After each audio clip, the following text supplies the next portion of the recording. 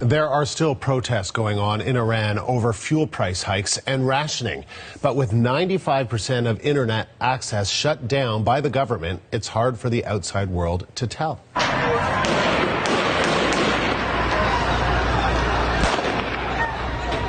These are scarce pictures from protests late yesterday, with security forces apparently firing on protesters from a rooftop.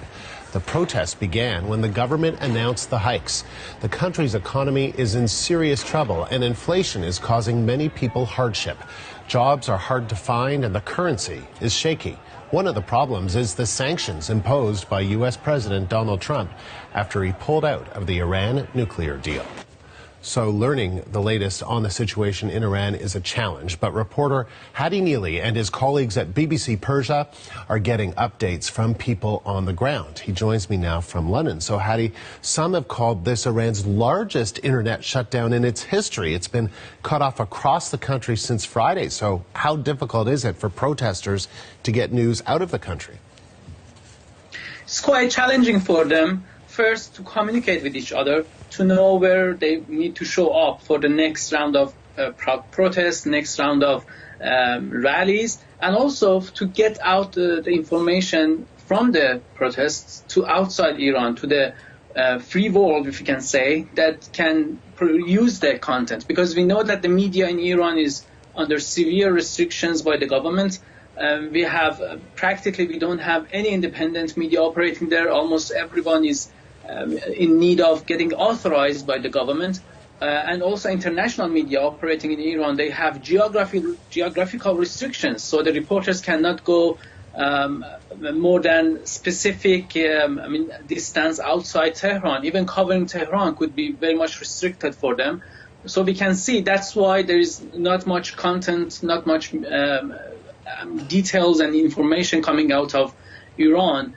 But people try to get connected to the internet using a mix of a variety of circumvention tools like anti-filtering, like Tor, the application that you can use to get connected to the internet and stay anonymous. It's really hard for the people to get connected, but if they get connected, they can send us some videos, very, very short videos, low quality, but we still can verify that the protest has been continuing over the fourth day, over Monday, and it appears to be still continuing in some parts of Iran, even overnight. And Hadi, Amnesty International says dozens of protesters have been killed and injured in Iran, and over 1,000 arrested. What's the latest that you're hearing from your sources on the ground? The government sources are very much conservative in publishing the details. They don't see any necessity to be accountable about the number of people who are arrested, who are injured, and even who are dead.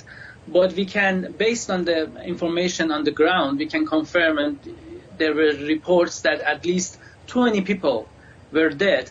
But there are also reports that it's much more than that. We hear some reports from sources inside the Iranian government saying that up to Monday noon, which was a few hours ago in Tehran local time, at least 200 people were dead and more than 300 were injured during the protest. And it's just for almost 3 days.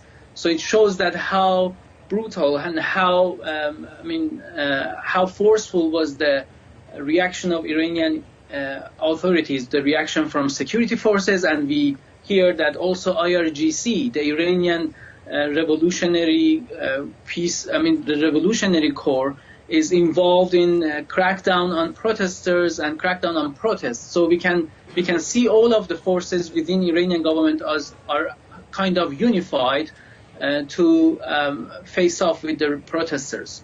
And what are some of the other ways that the regime is responding to protesters? They are also, other than crackdown on internet, other than limiting and almost shutting off the whole internet network for Iranian users, they are also trying to convince families to stop their young people, their children, from attending the protests. The Iranian Revolutionary Guards issued a statement today asking on families, please don't let your children, don't let your young members of family join this protest, saying that we are forceful in facing off with the protesters, as they say, those who destabilize the calm and comfort of the people. But we can see that there were witnesses on the ground in Tehran telling the media outside, also BBC Persian, telling BBC Persian that the Iranian security forces, to be a specific Basij forces who are affiliated with IRGC, they have been setting banks on fire, breaking down windows of shops and stores, so they can blame the protesters for these activities. This is what I also witnessed personally in Tehran back in 2009 when there were protests again across the country. I witnessed that personally, that these security forces, these plainclothes security forces were destroying people's cars, destroying stores, breaking down windows of the banks, ATMs, to then blame the protesters for such activities. And since you mentioned 2009, how would you compare the protests today to 2009? It's hard to compare that, because at the time I was on the ground, I could see that from as first hand, but now I should rely on what I hear from Iran. But we can definitely say that comparing the numbers of, the casualties, the numbers of injured people, it's today, during this round of protests, it's higher over the first few days of the protest. Back in 2009, it took a few days, maybe a couple of weeks. So the government decided to be more forceful, decided to be more hard and crack down on the protests. But this round of protests, we can see that from the day one, maybe from the beginning of it, even before the protesters were out on the streets, the government forces were convinced that they are going to use full force against the protesters. And also comparing on the media spectrum, we can see that because of internet shut off over the last couple of days, it's much harder for Iranian journalists inside and also for citizen journalists to get the news out, to get the details out. Hadi, good of you to take the time. Thank you very much.